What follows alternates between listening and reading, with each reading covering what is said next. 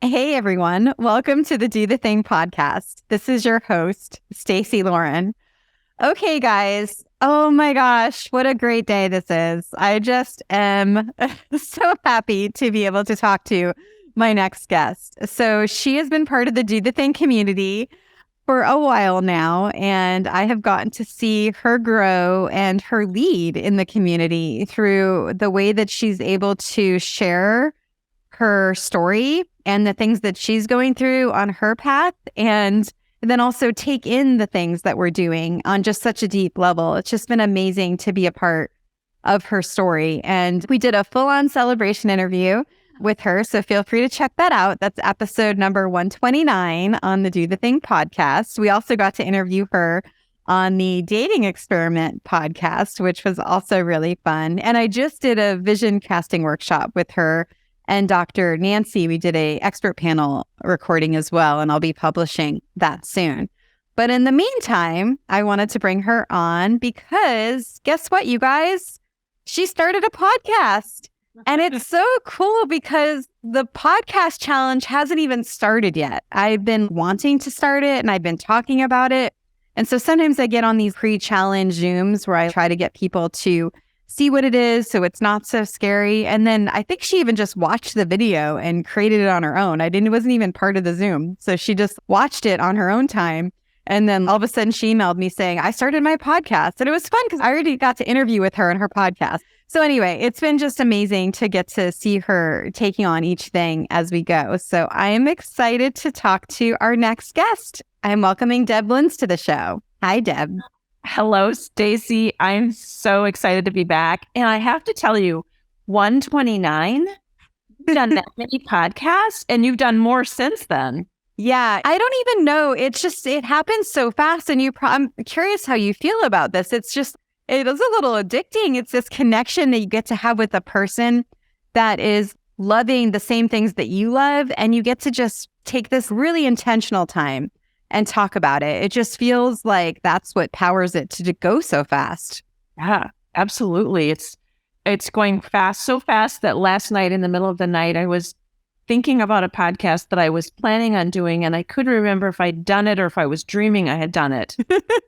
So I sent some crazy emails to Pamela Nichols, who's also one of the most amazing people I've met through the Do the Thing challenges. So she's probably going to email me back and say, Deb, yes, of course we did it. Maybe you didn't hit record again. That would be the second time I've done that. So I love that you mentioned that. We're going to go back to that because I feel like there's so many people that have these fears that are built up about doing something scary like a podcast, and that would be a fear. Yes. But you've had it happen maybe twice, at least once. And I feel like you took it, I guess we're talking about it now. You took it so well that you could have made a story about it and had it stopped you, but instead you let it move you forward, and then you almost got to see the beauty from it. If you don't mind kind of talking about that a little bit. Yeah, so I had a guest on my podcast, and he was guest number 4, I believe. You were number 3. He was number 4, and we had only met a couple of times, and he's kind of going into the field that I'm in as a child and family therapist, and so he wanted to pick my brain about some things. And I wanted to talk to him about his evolution from his first career to where he's at now. And we had this great hour-long podcast interview, shut off the Zoom. We had another hour of really opening up to each other and telling our stories. And then he left and I went to check on the recording and it wasn't there. And so I get on the phone. Hey, Mike. He says, yeah. I said, I really had a great time this morning. He says, me too. I said, but we're going to have to do it over because I forgot to hit record. He says, oh, no worries. Nothing wasted. And I was like, yes, because the old me would have beat myself up. It would have taken me a couple of days to call him. And I might not have even called him and just pretended that, yes, there's a recording. But now I'm kind of like, okay, I'm just going to own who I am. And if I make a mistake, that doesn't define me for the rest of my life. It is a learning opportunity. And I'm truly embracing my philosophy around growth mindset, and that mistakes are not shameful. They are learning opportunities, and we just get better and better from them. So yeah, it's a whole different Debb in 2023 than Debb in 2022 before I found Do the Thing. So yes.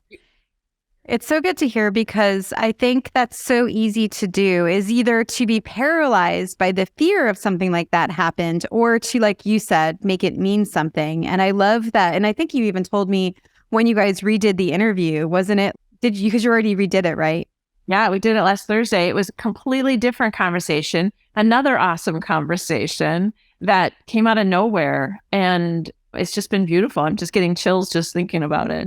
Yeah. I actually have an image that I'm going to be sharing during the Start a Podcast Challenge kickoff, and not hitting record is one, and just showing that you can recover from it. And then I just added one this morning, because this happened to me this morning. I had my landscaper come at the same time that I had a podcast interview scheduled. And in the very beginning, I had canceled the podcast. This happened to me in the very beginning of my podcast, and I canceled it and rescheduled it because he just showed up out of nowhere. This time I'm like, you know what? Worst case, I'll just do it in my car. No big deal. And it's just such a freeing thing. And so that's something I want to talk about, is these things are going to happen. And it's just learning how to navigate them when they do happen. I did an interview with Dr. Nancy D'Andrade, and my dogs started barking in the middle of the podcast. And she's like, no, that's okay. We want it natural. We want it. And I was like, wow, that's really cool. Oh my gosh. I can't wait to hear that interview. I'm excited. Okay, so for everyone new to Debb, why don't you just share a little bit about yourself, and then, because they can hear the full episode if they go back to 129. That's when we do your full-on Do the Thing celebration. But I want, for anyone that hasn't listened to that and that isn't part of the community, please share who you are and kind of how you got to this point where you just started a podcast. Sure. So I'm Debb. I turned 62 last week, and I'm strutting my 62. I used to think you get to a certain age and you have no value, and I am totally loving my life. I retired from my full-time career as an educator in June of 2022, and in July of 2022, I opened my own private practice as a child and family therapist.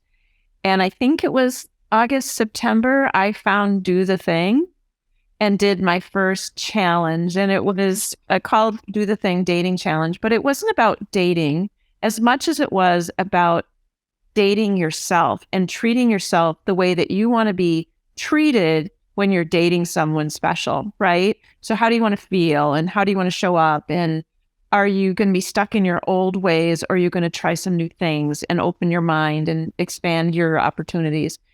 And that was really beautiful. And it just it hit me at the right time when I had ended a career, I'd started a career, and I was just really kind of getting over, letting go of all this stuff, the pandemic and past relationships and hurts and all of that. And I made a decision that I wanted to live my best life, right? And that meant getting out of my own way, because that was stopping me on a lot of things. And so you allowed me to try new things in a safe manner, in a safe community, and own it, right? Just to be able to talk about it. Recently, I've talked about my struggle with procrastinating on my taxes, and it's been a progression. And this morning, finally, 7 days before our taxes are due, I filed my taxes with my accountant. So now he's got 7 days to tell me what the damages are, but I don't care. I feel so good. And so I've been trying to figure out, why did I procrastinate, right? But I've been owning it in the community. So anyway, a little bit about Debb. Yeah. And I would love to hear, because so now you've been on a few challenges. You started with the dating, you did the Find Your Voice, you did start a book, and now you're doing Start a Podcast. But before that podcast challenges even started, you started your podcast. So I'd love to just kind of hear what ignited that, and how did that get started, really? Because I think I remember, if I'm correct, is you just watched one of the videos I posted in the group, and then you did it that way. So you didn't even have me walk you through it. It was just from a video. Right. Yeah, I didn't even know what platform to use or anything. And it was last November, and you shared that you were going to do a startup podcast. And I didn't know when, but sometime in early 2023. and that you were encouraging us to try and do 10 practice podcast episodes and get them recorded. And I thought, okay, well, one day a man in my town stopped in at my office. His name is Jeff. He's my first podcast episode. And he is a stroke victim and he can no longer work, but he walks around the community and checks in with businesses and people every day. He's kind of got a route and I'm on his route, but a lot of times I'm either not there or I'm in session with a client, so he can't talk to me. So if I'm open, he's in my office, checking in, asking if I'll make him a cup of coffee, stealing my candy kisses that I have for mindful minutes with my clients, and asking if I have any projects for him to work on with me. And so I said, hey, Jeff, I'm supposed to be doing a podcast. Would you mind being my first guest on my podcast? And he said, sure. And so I had downloaded a platform called Loom, and I opened it up on my phone. And it was so funny because at one point we were this way and then I turned it this way in the middle of the interview. So it was all that learning curve about which way do I want to record. And it was all of 3 minutes and 44 seconds, but it felt like it was 15 minutes, right? But it was organic, it was natural, it was beautiful, and he felt good about it, and I felt good about it. And then I just sat on it until, I don't know, January or February again. So I was like, okay, did it. And that was enough for me. I'm not sure I'm ready to go further. And then you ignited my fire again, I think in the Find Your Voice challenge, because I didn't start doing the challenges for the first couple of weeks. And then you had me on your podcast and asked me why, and basically sent me an email afterwards and said, you've already done this, so why not do this? And I got off the call with you, and I think I did 9 challenges boom, in a row. So I was all caught up in that one afternoon. Yeah. And then it was, okay, why am I not doing the podcast? So then I started doing them again. So it's interesting to me that we have a similar story in how our podcast got started, because my first interview was someone that inspired me. And I think this is what you're saying about Jeff. I was sort of waiting on it. And that's actually the interview I did this morning with someone that was my book strategist at the time. And she was the one that told me in order for the book to be really good, I needed to get 10 interviews of people who have done the thing so then I could get their patterns and be able to use it for my book. And so I had waited for a while, and then all of a sudden I was hiking with a friend of mine who was telling me her COVID story, where during COVID she had lost her job and she became an artist. And for those of you that are watching, you could see that really beautiful painting in the back of the ocean. That's one that she did, and she learned to become an artist during COVID, and she'd done all other kinds of amazing things. And I wanted to honor her. And so that's where I asked her for me to interview her, and that's how it started. And then I also paused again because we did it on video. And at the time I could not handle myself on video. I don't know what changed, but I just couldn't do video. So then I'm like, I don't want to do this. So then I paused it another 6 months, and then again was inspired by someone. I saw this girl, you might have heard this story. She pulled up, I want to paddleboard with my dog in the water. And so I heard she did private lessons. So she came out and she had this huge white commercial van, just so fun. And I'm like, oh my God, looking at her, she's got this picture on her giant van with a paddleboard dog, like a dog paddleboarding. And I was like, that is the ultimate do the thing. I was just imagining what she did to buy this van. She went all in on this thing that I never even heard of paddleboarding with your dog. You know what I mean? And having that be a business. And so I was like, I have to interview her. And so it was ignited by the people. I'd love to talk about that a little bit, because I think sometimes when you can almost take yourself out of the equation and then you could get excited about learning about someone, that can also help you start the thing. Absolutely. Yeah, Jeff is amazing. He started walking past my office window when I had just rented the space and I had nothing to put in it yet and had no idea what it was going to look like. And he just looked in the window. And finally, one day I went out to the front entrance and I said, hey, are you looking for something? And he said, I'm just wondering what's happening with the space. And I said, well, come on in. I'll introduce myself. And somebody was there with me, a friend or somebody, kind of dreaming about what the space would look like. And told him a little bit. And he's like, oh, really? Interesting.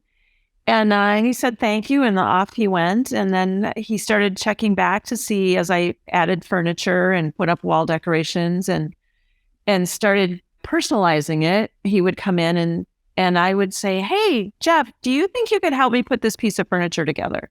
I ordered it and it came in a box and I'm not good with that. And how about we do this together? And so we started doing projects together. And so we probably did 4 or 5. And then I invited him and his wife to dinner because I don't pay him to do the projects. So I treat them to dinner. And so we went to a local bar that serves delicious food. And I got to meet his wife, Joey, and we sat down and ate. And then Jeff had to go to the restroom. And as we were leaving, which go right past the restrooms, a young man said, hey, were you with Jeff? Where did Jeff go? And I said, I think he went to the restroom. And his wife said, Joey said, well, I'm his wife. And he said, oh, I'm one of his best friends because he comes and hangs out with me. And she didn't even know who he was. And you could see this just shocked look on her face that her husband had this whole other life that she had no ideas about. And so it was a really beautiful moment for her to realize that he was touching lives in this new way.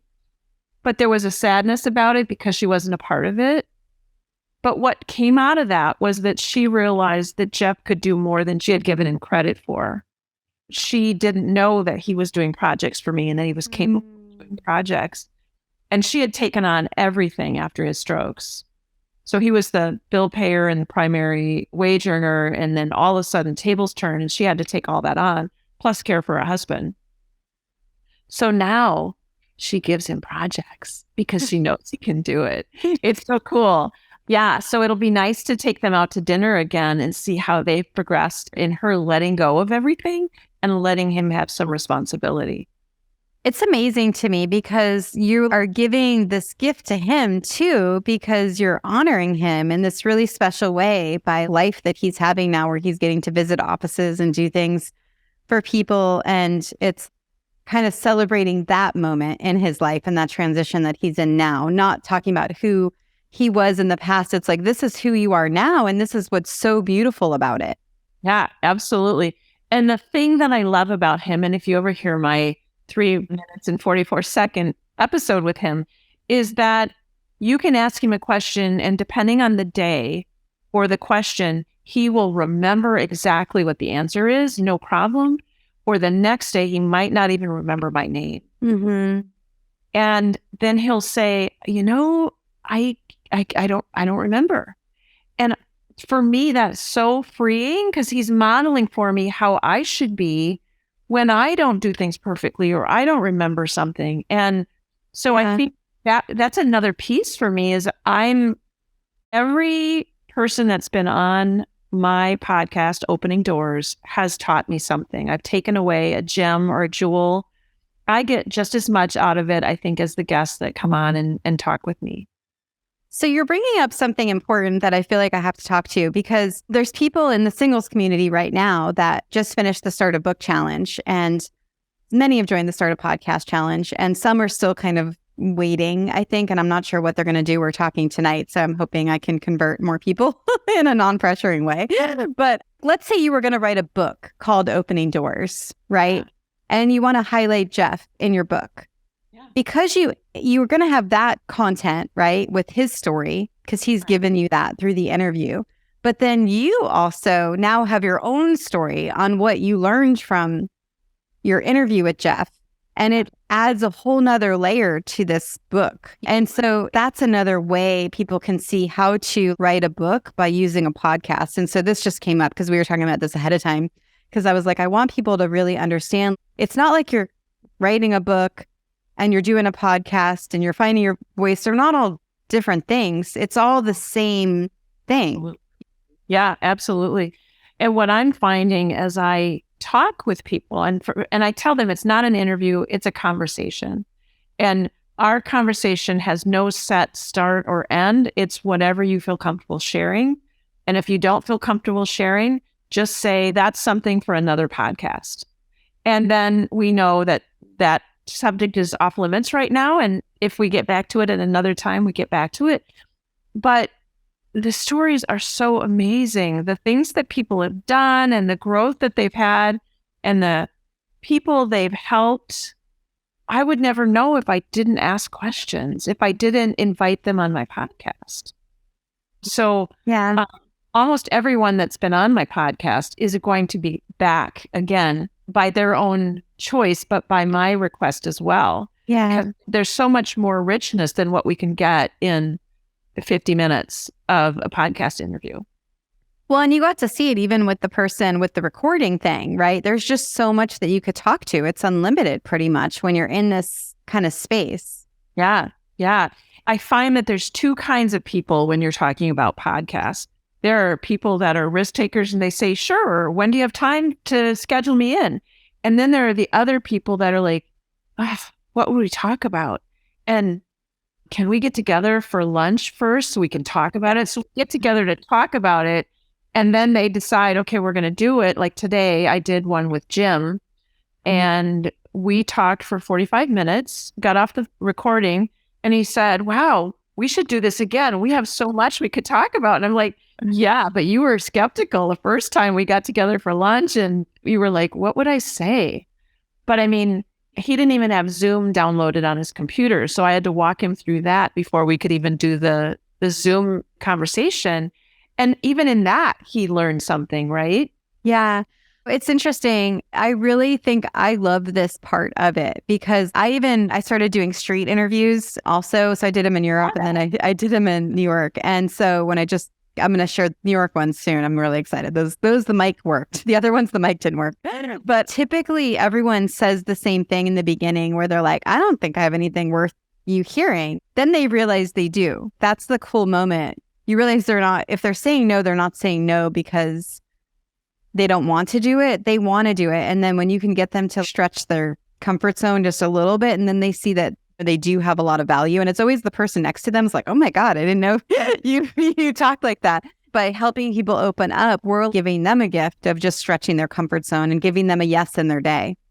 Absolutely. And we are celebrating all of the things they've done that they've minimized about themselves, all the beautiful accomplishments that I didn't architecturally design a new building or something, but I gave someone this piece of information that took them here, here, and here, and here. And like, that was just as important as the building, right? Oh my, you're just reminding me, one of the people in New York, it was him and his wife, I think it was his wife. And I asked the question is, what is something you've done recently that you're proud of? And he was like, I haven't done anything. And she's like, you ran the Boston Marathon.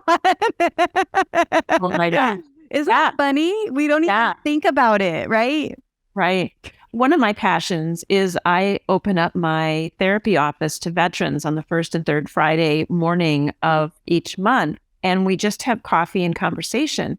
But most veterans who've not ever come, if they see my announcement about it on the local Facebook page, they'll say, well, what are you going to do with that information? Like I'm doing research or something. And I said, absolutely nothing. This is not a support group. This is not a therapy session. This is not a research project to gain information. This is a safe place for people to congregate that have a common background. And I'm doing it because my dad was a Korean War era veteran. And I had the opportunity to take 2 Wisconsin World War II veterans on the honor flight to Washington, D.C. And that was probably the best day of my entire life. So that's why I'm doing this. There's no ulterior motive. But people are so hesitant to try new things because they've been burned a lot, right? There's a lot of fear in trying something new. And I love that you allow us to be challenged in safe, small steps that get us out of our comfort zone. And we have repeated successes. So then we're ready to try bigger ones like starting a podcast, right? And even if you do 10 interviews, you record 10 interviews on your phone or something more, it doesn't mean you have to do anything with it. It was just 10 practice interviews or practice conversations, asking a set of questions about anything that you're passionate about and seeing if it does anything for you. And my guess is more than 50%, they'll go, oh my gosh, this was so cool. I want to do more of it. And for the other 40%, they might go, oh, that was kind of fun, but it's really not my thing. And that's okay. But you stretched yourself and tried something new. And I'm getting chills just talking about this. And I think after the pandemic, we just really need to challenge ourselves to get out of our own way and look at things through a different lens and try new things. There's no danger in it that you're not going to hurt anyone. It's not going to cost anything at this point. It's all free. It's just learning, stretching your brain, which as a child and family therapist, we know that as we age, we need to exercise our brain and do new things to create new neural pathways in order to be stronger and wiser and mentally okay as we age. So this is a perfect prescription for aging gracefully, what you're doing, Stacey. Yeah, I love that. Like you said, there's really no risk either. So the new group has almost 1,000 people, I think, by the time it starts, which is really exciting. And to me, it's going to be, and you've seen it with the community, right? So the first call will be me really setting up the community to make sure they know it is a safe space and people will be kicked out if they are not treating it as one. But the idea to me, even if it's just you being willing to be on other people's podcasts, joining the group and you saying, okay, maybe I don't want to start my own, but having your hand raised to say, okay, interview me. You're getting different pieces of your story out. And so, and you've seen this with the community, I try to meet people right where they are. I don't need you to go crazy outside of it. So if you starting your own is too scary, or you even doing your own interviews is scary, then do it on someone else's podcast that wants to do it. And that could be a good starting place. So that was what I was thinking is like, what is the worst case? You're in the community, you're going to meet a bunch of new people and you're not alone. You're with other people that are, most of them are scared because it's something new that they haven't done yet. Right. What I loved about my first 2 interviews with you on your podcast is that we talked for a few minutes, probably 10 or 15 minutes before you hit record. And I do the same now with my guests. We talk about anything and nothing and what they want to talk about and how nervous they are and all of that stuff before I hit the record button. And it's beautiful because it is just a conversation, right? Yeah. So yeah, I think that each guest that I've had on, they say things that resonate with me, that touch a part of my soul. And we have this connection. Even you and I, we have so much in common that I didn't know we had in common until you were on my podcast, Opening Doors. And it was just beautiful. And then afterwards, you had this profound response to this connection that you made between something you were doing or working on. And you were just overjoyed that that came out in our conversation. And who knows if that would have ever come out if you hadn't had a conversation with someone. Yeah, that really makes me think about how it is really cool when you're able to have these conversations with different people who have different lenses, right? And ask different questions. Because when you get the right question asked to you, it's like different levels of your brain open up. I call them the portals, and it comes out in different ways. And that's how I felt like, yeah, you helped me connect dots of different things that I wasn't even thinking. And with that, I'd love to hear, because it is very interesting how you interview. I know you're a psychologist, that's your background, but what do you think? It is still different though, doing this. So how do you think you were able to kind of just jump in, or what's your strategy when you're asking questions? Do you have anything specific you're doing? Well, I have a list of about 15 questions. I don't ask every question of every guest because it really kind of depends on what they want to talk about and where the conversation goes, right? Because I had someone on earlier today that got into a new career based on some trauma that she'd had with family members. And so I wasn't going to ask her the dig deep, how did you get started and what was your motivation? Because I knew that was off limits. Mm-hmm.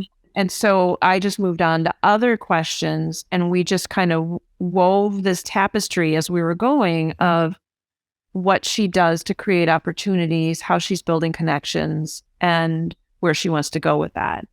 And that was really cool. I went to church last Sunday, Palm Sunday, and the pastor said some really great things. So I took notes in my phone and I added a few new questions, which was really great for the podcast that I had to redo because I didn't hit record, because he's a former Lutheran pastor who is now becoming a Lutheran counselor. And so he is very faith-based, very Christian-oriented. And so I knew I would be okay if I went into the Christian arena, and I'm a Christian, but I don't make that the focal point of my therapy or my podcast. But if someone's okay to go there, I now have questions that I can use in that arena as well. And so some people that I've talked with, they have like 5 questions they ask every guest. And I think that's beautiful. But I think the nature of my podcast is so open that not all of my first 5 are going to work with everyone. And so I kind of do my podcast like I do my therapy. And I kind of read people when they come into the room and decide where they are comfortable and where they are vulnerable. And I work with that while still honoring whatever it is they need to be respected.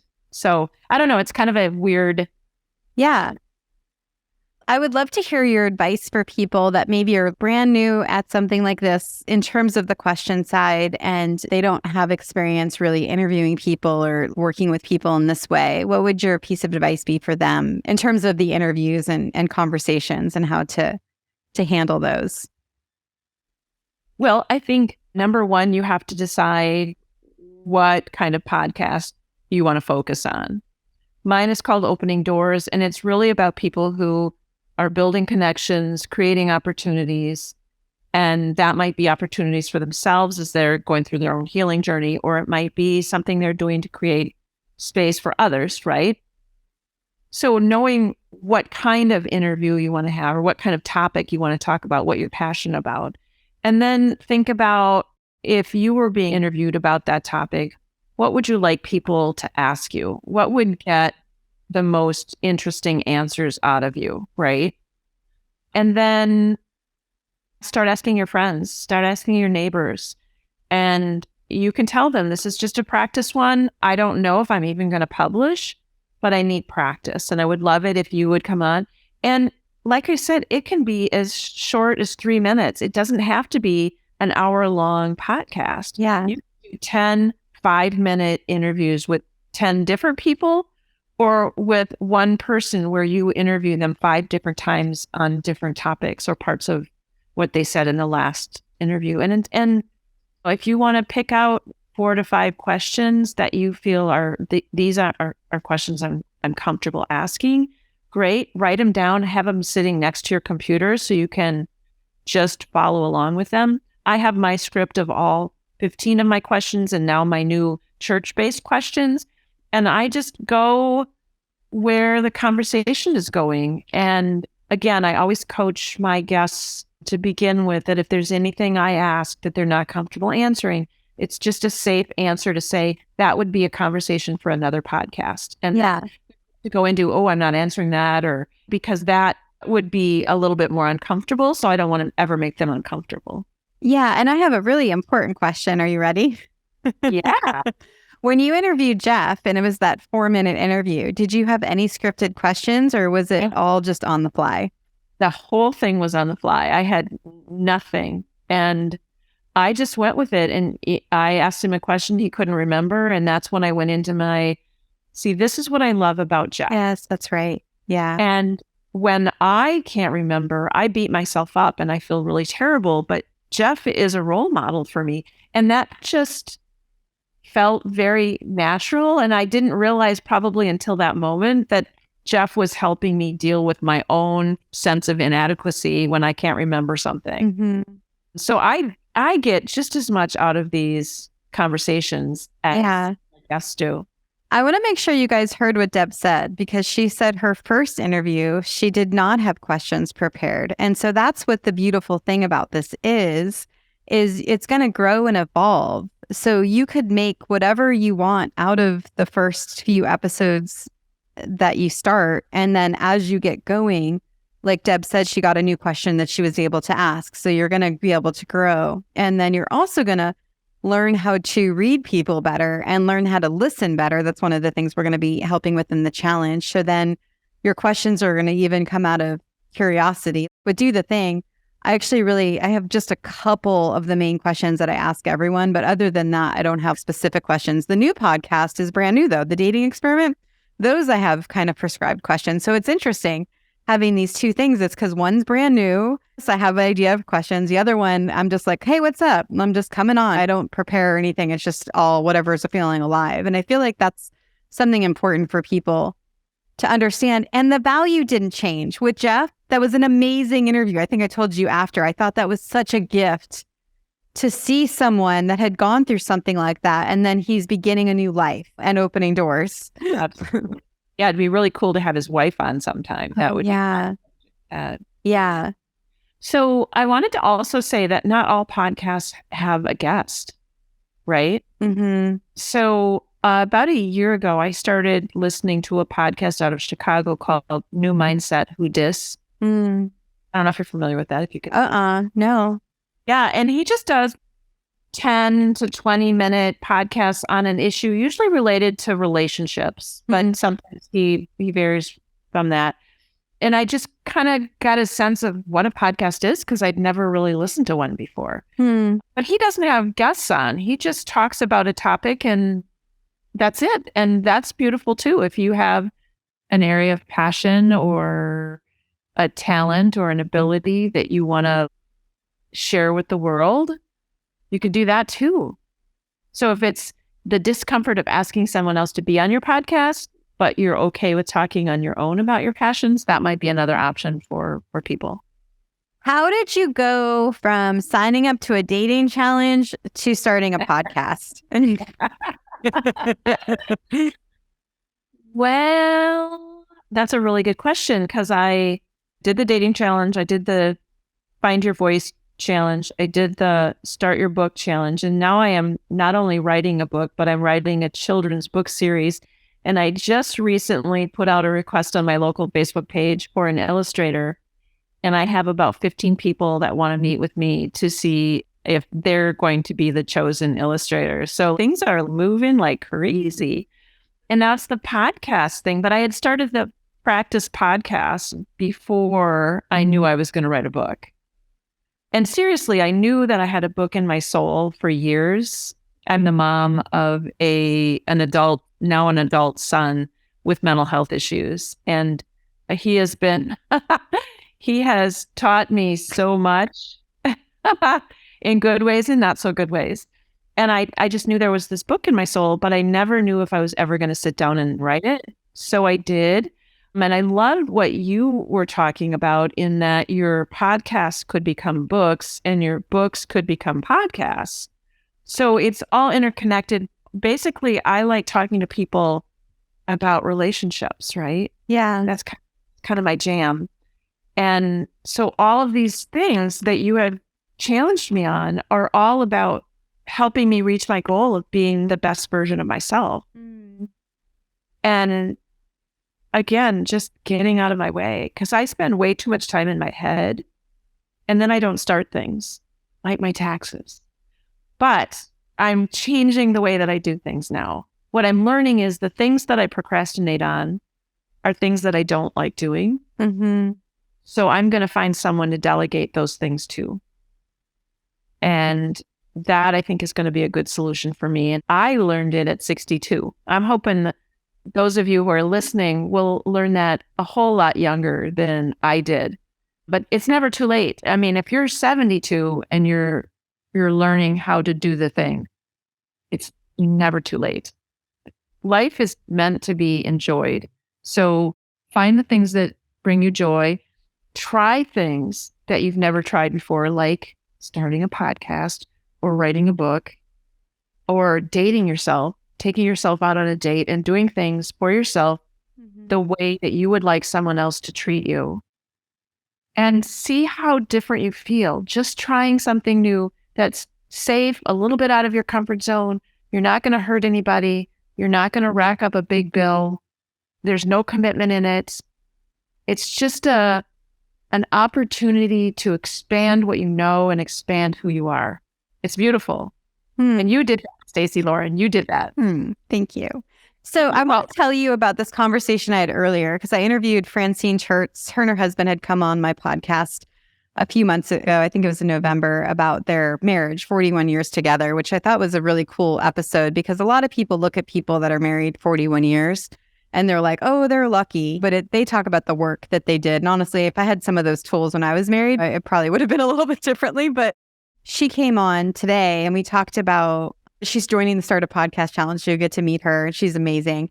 And she's actually part of that group where I know Gregory from the Toastmasters, Gregory from the Dare to Dream podcast. And then you're going to meet Shannon tonight. She's also part of that group. I'm having Shannon come as an expert because she has a podcast and I wanted her to talk to the group for a few minutes. But she is starting a podcast and she had a really interesting way that she had a visual of herself right now and where she's at. She was talking about, it's almost like there's this glass window and she's stuck to it. She's looking out at all these people doing this cool stuff. And it's not all the time, she said. It's just sometimes. So she's got her hands on the window and she's looking out through the glass. And it's like she's seeing all this cool stuff and she wants to get out. And I just thought that was such a great visual of what a lot of people go through because it is so scary to break the glass and to go on the other side. And I just wanted to see what that brings up for you as we're kind of talking about that. Yeah. So, and I've talked about this before on one of our interviews, but one thing that I do with many of my therapy clients is challenge them to do one small safe thing every day, to ask for one small safe thing that they want or need, don't want or don't need, to find their voice and step up. And it might be that I want peas instead of corn for dinner tonight. It might be that I want to sit on the left side of the couch rather than the right side of the couch, or I want the toilet paper to be over rather than under, or I want to drive today, or I want to choose the radio station today, or whatever it is. But the more of those little times that you ask for what you want and need and try something new, the more that you exercise your voice, the easier it is to do that when something big happens, like you have a special event to go to and there's a beautiful red dress in the back of your closet that still has the tags on. You've never worn it, but this would be the perfect opportunity to wear it. Just try it on and it fits. It looks good. You've got the right shoes to wear with it. You are dynamite. Why not go for it? Why not wear that red dress tonight to that special occasion? And then you go. And 5 people say, oh my gosh, great dress. You look beautiful. I'm envious of you. And then it's a win, right? And then the next time it's not as hard to do the thing that previously you would have never considered doing. Yeah, that's a really good point. And that I think is what the beauty of the challenges are, to get people to not even realize what's happening because you're getting the growth as you're doing these small things. Then it sort of takes over and expansion really can happen. Yeah, like blue hair, right? I love it, by the way. It's so great. I'd love to have you just share, if people that want to reach out to you to be on your podcast, or if they want to interview you for their podcast, what is your mantra? What are you about? What would you like to see? Who would you like to connect with, I guess I should say? Yeah, I want to talk to people who are building connections for others and creating opportunities for themselves or others. So whether that, again, is a healing journey where you got out of your own way and decided you were done settling for less than you deserved, or you were in a difficult relationship and now you're either moving on your own or you've gotten help together and you resolve those issues, whether you're having challenges with children or elderly parents or with your job, or you're creating opportunities for someone, you're building a resource or a way for people to live differently. Almost anything would fit in my podcast of Opening Doors. I've talked with Jeff, stroke victim, with Tom, who has a traumatic brain injury. I've talked with my friend, Stacey Lauren, who got me started in the Do the Thing. I've talked to Dr. Nancy, who's a leader, an expert on the Do the Thing. I've talked to Pamela Nichols, who is an author and also a participant in Do the Thing. And Mike, the pastor, is going to be a therapist. And this morning I talked to a certified recovery coach that works with the families of addicts. And I talked with my friend Jim, who is in his 70s, and some 25 or 30 years ago, he met a man and helped that man get settled into Madison, Wisconsin. And 20 years later, I met that man as a client in an adult group home with declining cognitive abilities and severe depression. And together, Jim and I were able to get that man back to Cincinnati, Ohio, where his family lives. And he is now to this day thriving because he's back with loved ones. And so I wanted Jim on my show because if he hadn't done what he did 30 years ago and kept this man going and auditing classes at the university and being connected, and then still being connected with that man when I met him as a case manager for a mental health organization, I wouldn't have been able to be a part of that bigger opportunity of sending this man home so he could enjoy the last decades of his life. And again, it just gives me chills that these people are out there and we don't know about them. So if I can give anyone any advice, tell the stories you want to tell because it'll be important to someone. Is there anything else coming alive for you right now that you want to share? I think I'm a do the thing addict. I think, I mean, who would want to quit, right? My life just keeps getting better and better. So I'm loving this. And I love the opportunity to become part of an expert panel, right? So excited. And help out with a challenge coming up on Saturday. That will be really cool. And I can't wait to see where this goes. Yeah, it's so great to have you part of the community. I just value your contribution so much because by you being in there and sharing your voice and your gifts, it's helping others feel safe to share theirs. And so it's truly the magical part of what Do the Thing is. It's the people inside of it. And so I just really appreciate your contribution and just your friendship. I think it's been amazing. Oh, thank you. I do want to share with you, if I can be vulnerable for a moment. When we met to plan the future forecasting for your partner, which is coming up on Saturday, you and I and Dr. Nancy got together on a Zoom call. And it was so interesting to me because I would make suggestions and they would get vetoed, but I didn't take it personally, which was a huge win. It was kind of like, oh, okay, all right. And I walked away feeling really good about that conversation. And as much as 6 months ago, I would have gone, I am never going to do another leader project with these two women. But I didn't feel that way anymore. The rejection piece of it was gone. It was like collaborating. And I also noticed that I wasn't the only one that my answer didn't formulate in its original form, that it kind of morphed into something because I'd never been part of your process before. So I didn't know what to expect. Yeah. But it was beautiful. It was beautiful. And my response from last fall when I did the first challenge to now, huge growth in terms of not internalizing that and going, oh, I really suck. And why am I on here? And I have no value. And I didn't do any of that. And 6 months ago, I would have. And I'm a therapist. So guys, own it. It's so interesting that you said that. I actually talked about this on a podcast episode earlier. I'll share it with you though, because you were involved. But I think I had imposter syndrome on that because you're a psychologist. Dr. Nancy's a retired psychologist, and I've never done a vision casting workshop. And so it was interesting how in my mind, I'm just taking what you guys have. And so until you guys mentioned I'm game and why are we using I'm game? And then I was like, wait, what am I doing? And then all of a sudden I was able to fall into my gift.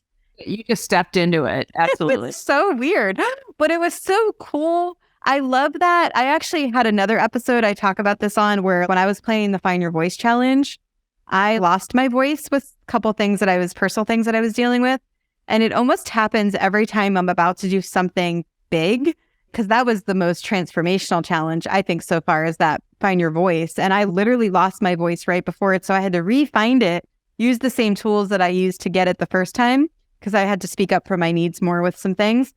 And then the same thing happened. Now I'm about to do the Start a Podcast Challenge, which how many people are going to be in imposter syndrome doing a Start a Podcast Challenge? And so it was so interesting to me. And then you guys were totally game to do the expert panel because it helped us open up another pathway. And that's how we're able to create this thing. So it's interesting how we each have our own perspective of this experience because it was new for all of us. Yeah. And I love that you took the lead on it because it's your baby, right? Yeah. And looking for input, and it just felt right. I love deep conversations, and that felt really good to be a part of that. And it didn't matter if it looks differently than what I have done before with vision board opportunities. What mattered was we all came together, shared our ideas, and came out with something that's going to be beautiful for participants.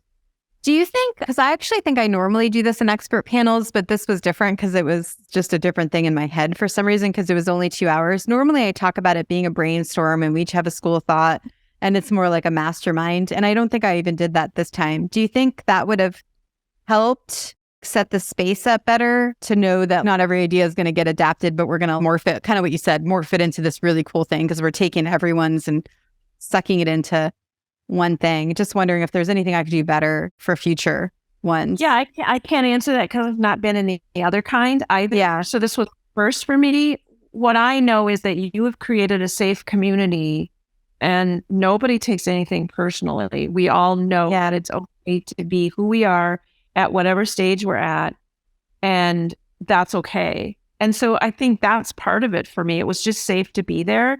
And I'm a little intimidated by you and Dr. Nancy too. So I was having the same kind of feelings, but I felt really good about our conversation and I don't think I would do anything differently. Okay, cool. Yeah, and I loved how we ended doing the actual recorded expert panel. It was so funny. Yeah, absolutely. So funny. All right, cool. Well, I am just so thrilled with you and just everything that you do. So thank you so much for just going through the Do the Thing challenges and being a part of the community because it's been amazing for sure. Same here. I was a different person before I found you, and I love the ways that I'm growing. So thank you very much, and much continued success to you. Thank you. And for the listeners, do the thing. Don't wait for opportunity. Create it.